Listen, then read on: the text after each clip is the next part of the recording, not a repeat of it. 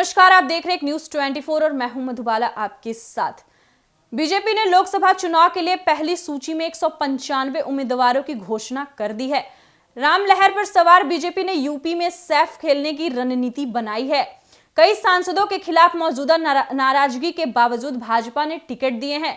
BJP UP की 75 सीटों पर चुनाव लड़ रही है। बची हुई 5 सीटों सहयोगी दलों के लिए छोड़ रही है। तो चलिए खबर को पूरी विस्तार से जानते हैं। बीजेपी ने लोकसभा चुनाव के लिए पहली सूची में 195 उम्मीदवारों की घोषणा कर दी है। राम लहर पर सवार बीजेपी ने यूपी में सेफ खेलने की रणनीति बनाई है। कई सांसदों के खिलाफ मौजूदा नाराजगी के बावजूद भाजपा ने टिकट दिए हैं। बीजेपी यूपी की 75 सीटों पर चुनाव लड़ रही है।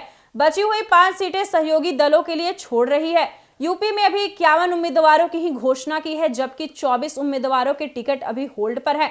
इन क्षेत्रों में प्रत्याशियों के बदलाव की संभावना है। बीजेपी ने यूपी में 80 में 80 सीटें जीतने का लक्ष्य रखा है और इसमें वो कोई खलल नहीं चाहती है। बीजेपी ने 2 सीट जयंत चौधरी की आरएलडी बागपत और बिजनौर, 2 सीटें अनुप्रिया पटेल की अपना दल मिर्जापुर और सोनभद्र और 1 सीट घोषी ओम प्रकाश राजभर की पार्टी सुभाषपा को देने का मन बनाया है, जबकि निषाद पार्टी के उम्मीदवार बीजेपी के चिन्ह पर ही चुनाव लड़ेंगे।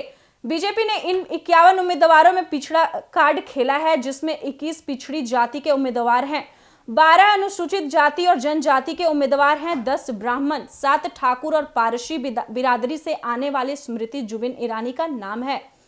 पिछड़ी बिरादरी में बीजेपी ने सबसे ज्यादा 4 उम्मीदवार लोधी और कुर्मी बिरादरी से उतारे हैं।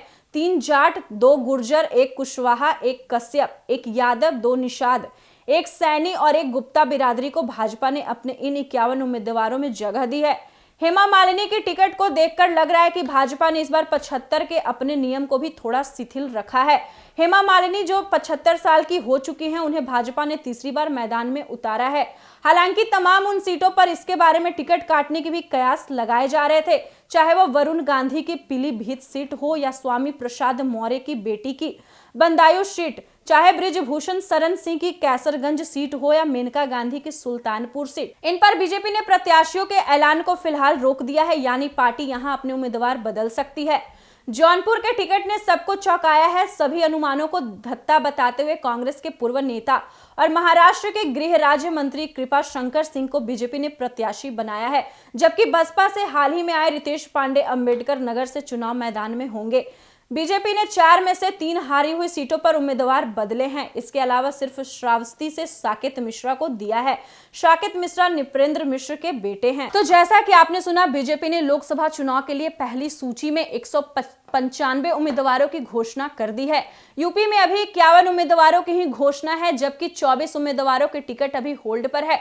इन क्षेत्र में प्रत्याशियों की बदलाव की संभावना है। बीजेपी ने यूपी में 80 के 80 सीटें जीतने का लक्ष्य रखा है और इसमें वह कोई खलल नहीं चाहते हैं। फिलहाल इस वक्त की खबर में इतना ही और ऐसे ही तमाम खबरों के लिए देखते रहिए एक न्यूज 24। वीडियो पसंद आया हो तो वीडियो को लाइक करें, शेयर करें, साथ ही हमारे यूट्यूब चैनल एक न्यूज 24 को सब्सक्राइब करें। यदि आप हमारे फेसबुक पेज को देख पा रहे तो हमारे फेसबुक पेज को फॉलो करें। धन्यवाद।